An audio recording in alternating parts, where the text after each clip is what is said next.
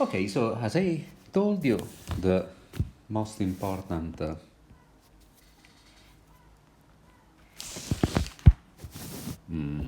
part of the basics of the course is given by the naive theory of sets.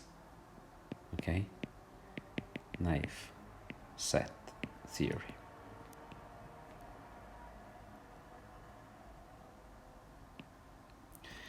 And here I will talk about the notion of set and then operations between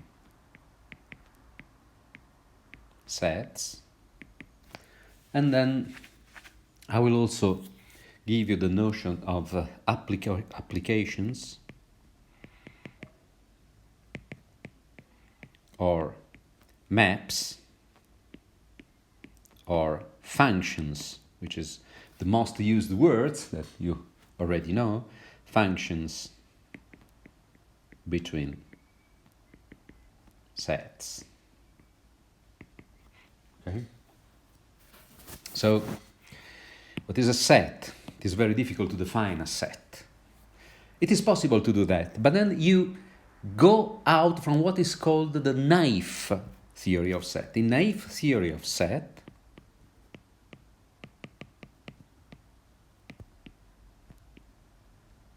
the set is not defined. It is a knowledge that in order to define a set, you can use just a synonymous. So you can say a list, collection, and so on and so on. Okay. So the set, what is a set, is not defined, and a set, so a specific set, is just defined by the elements, so by the list of elements it contains. And the element can be whatever you want. The element can be whatever you want, so it can be, I don't know, a glass of wine and the president of the United States. So morally you are free of constructing the sets as you like it. Of course, you are more interested in sets that have to do with mathematics, so sets of number, so numerical sets. And in particular, we can use some example in order to make this concept clearer. So you can say that A is the set of even natural numbers. So what you do with a set of even number, you say that A contains many number, and it is denoted by graph brackets in general, and even number are, for instance, 2, 4, 6, 8, 12, and so on and so on. Sorry, 10 is missing here. And this is A, and this is a way of represent A.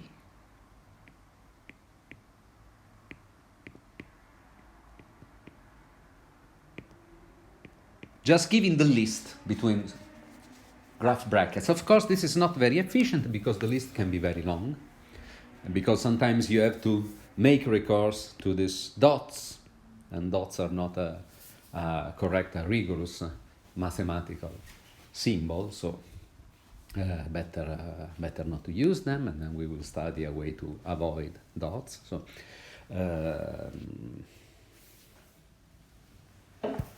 it is more efficient to denote A by a property of its elements. So you say A is equal sets of n such that n is a natural even number. So a way here, the first way we use is the way of a list, and the second is through a property. The second is called the characterization.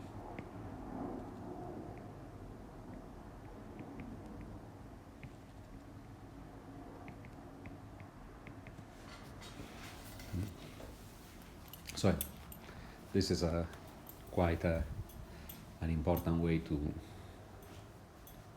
describe sets, and we will use it a great lot of times.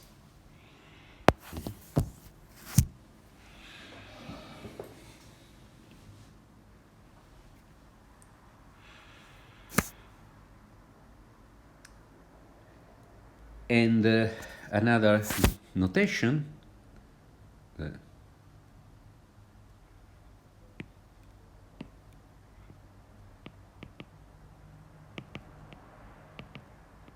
is if we write x and this symbol that belongs to A, this means that the element x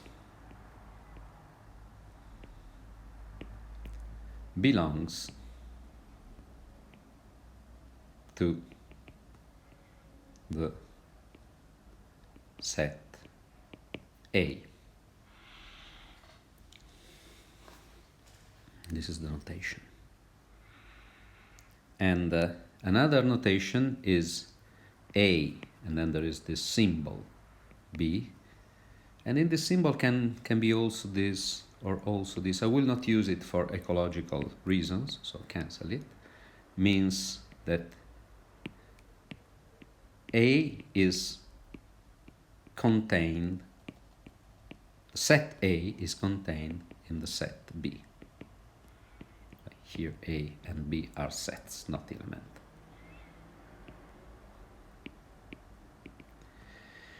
What does it mean that A is contained in B? It means that every element of A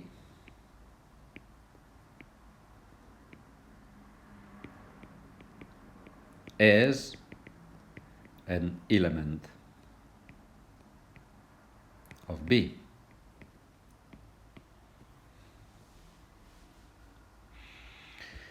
Every element of A is an element of B. That means that for every x in A, then x in B, this is an equivalent writing.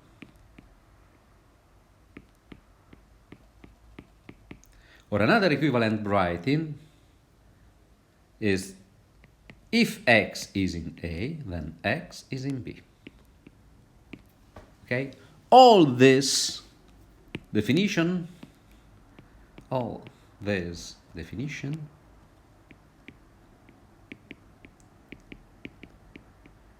amount to A is contained in B. Okay? So, let us move forward now and introduce another very important theoretical tool, which is the empty set.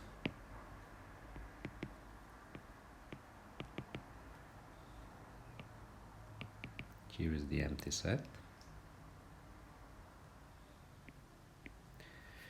Is the set with no elements.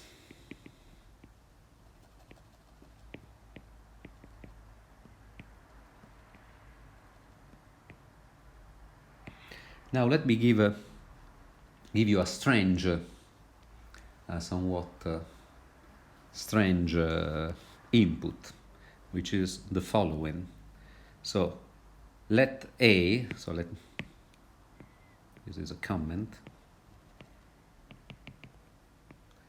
Let A is a set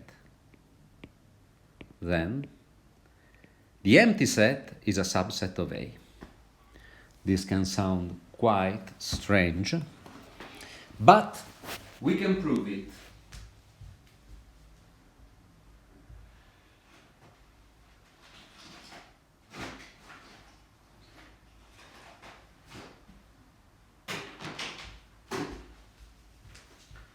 We can prove it, and I really want to prove it.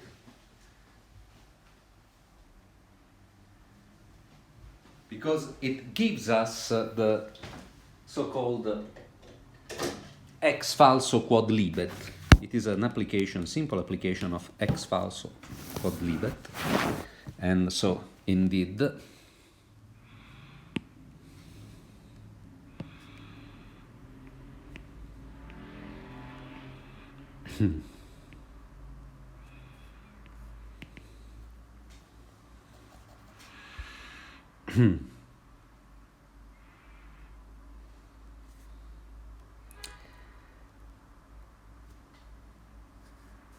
the fact that the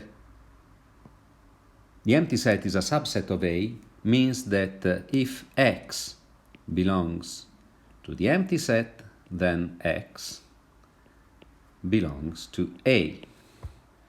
But this is false by definition of empty set.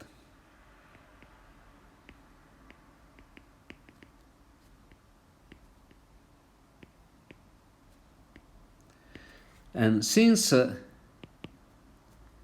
from a false premise you can deduce whatever consequence, what we called ex falso quodlibet,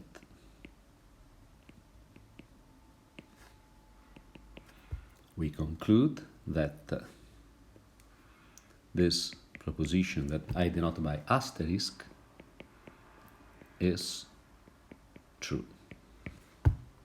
And so the comment is proven.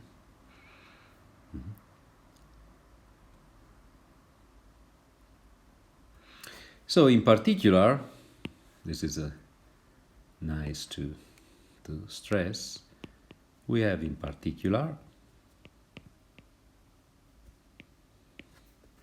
that the empty set is a subset of the empty set. Okay? And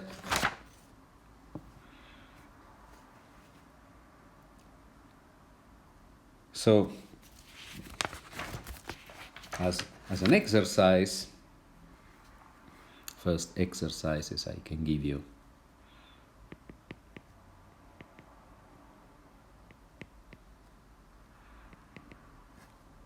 In order to get trained with set theory, and first find possible relationships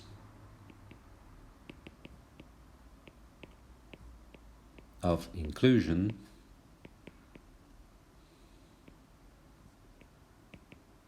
between the sets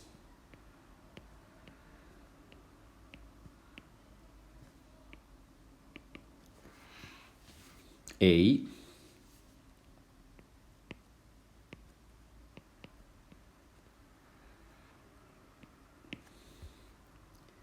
that says that A is a divisor of 12, and B, which is the set of the n that are a divisor of 6. Find the possible relationship of inclusion means decide whether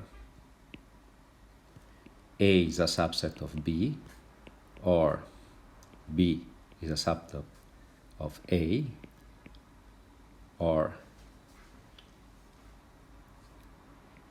B is not a subset of A and A is not a subset of B. Oh, sorry, I forgot to give you some notation. If you write down A subset of B and then cancel the symbol of subset, means that A is not a subset of B. And again, if you consider X an element of A and then you cancel the symbol of being element, this means that X is not an element of A. Okay? Second exercise, the same. A with the sets A, which is the set of X, real X in this case. Sine of X plus cosine of X is equal to 1. And B is the set of all real numbers X such that cosine of X is equal to 0.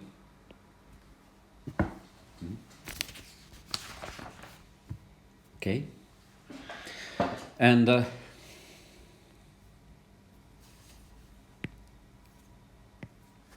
the last is the idea of the set of subsets.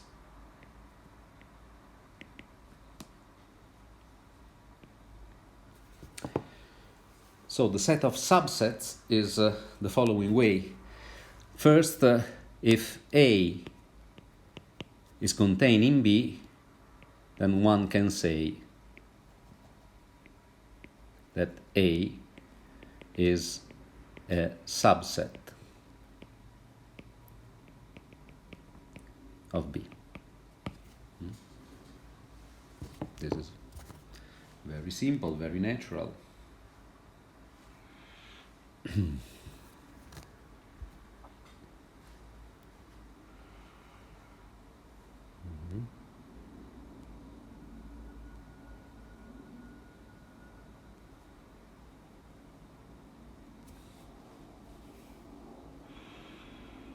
Now, if you consider a set A, then consider P of A, which is the set of the parts of A, or set of the subsets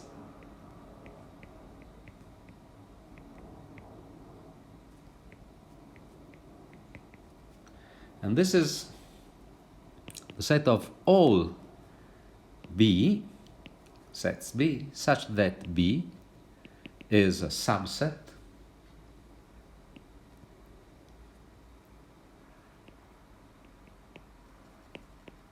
of A. Notice that in particular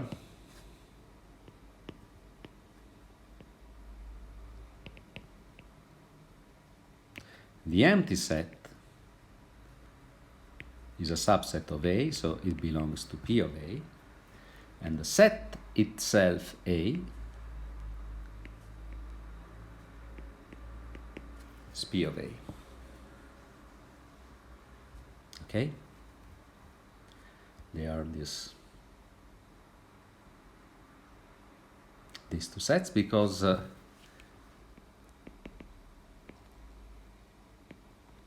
every set is a subset of itself in that every element of A belongs to A. It's a sort of tautology, nothing particular. Okay?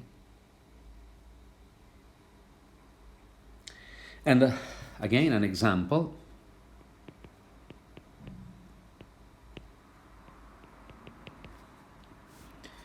If you consider a set A which is made by the numbers pi, 0 and E, we will study the number E, then P of A is equal to what? Is a set which contains the empty set and the set A.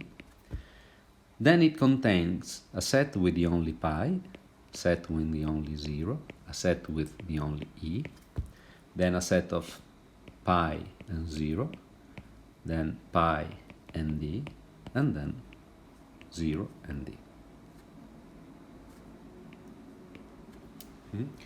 you see that, notice that P of A always contains, this is a very subtle argument, I give you just the very naive version, contains more elements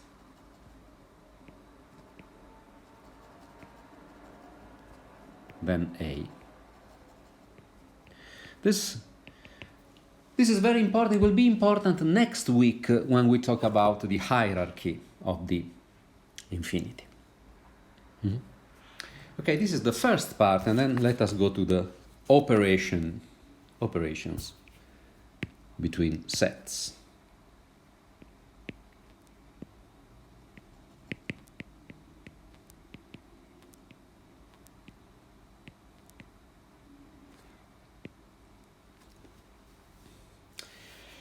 The main operations are the intersection,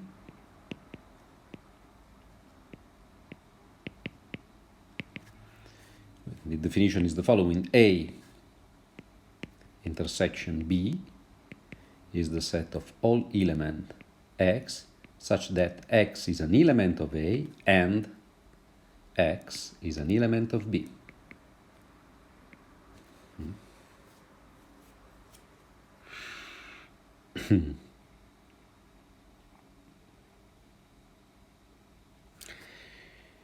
And this is the intersection. Union, A union B, is the set of the X such that X is an element of A or X is an element of B. And then the difference, A minus B, is the set of the X that X such that X is an element of A and X is not an element of B. So here there is something to be understood here. It is better to visualize it, and let me use the so-called Euler Venn diagrams. This is a very naive way of representing set. It is not completely rigorous and can be surprising because Euler has been one of the most important mathematicians in the history of humanity. But he wrote a very, very, very interesting and deep book which is called Letters to a Princess. He was writing to a princess in order to explain her the basics of mathematics and science. And in order to explain to her the set theory, he invented these diagrams. So A is a sort of closed line, and inside the line you can draw the element. So in this way it is very easy to represent the operation. So A union B is equal to, here you have the set A, here you have the set B, and the union is obtained by coloring everything here. A intersection B is equal to set A, set B, and this is the intersection. And A minus B, here you have A, here you have B, and here you have to take all elements of A except those that are also in B. And this is A minus B.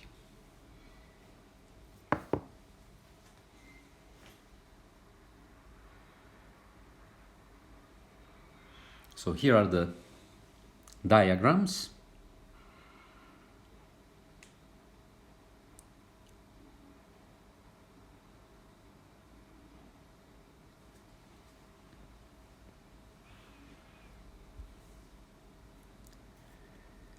And of course you can do a lot of operation with that, but we will see it in the next video.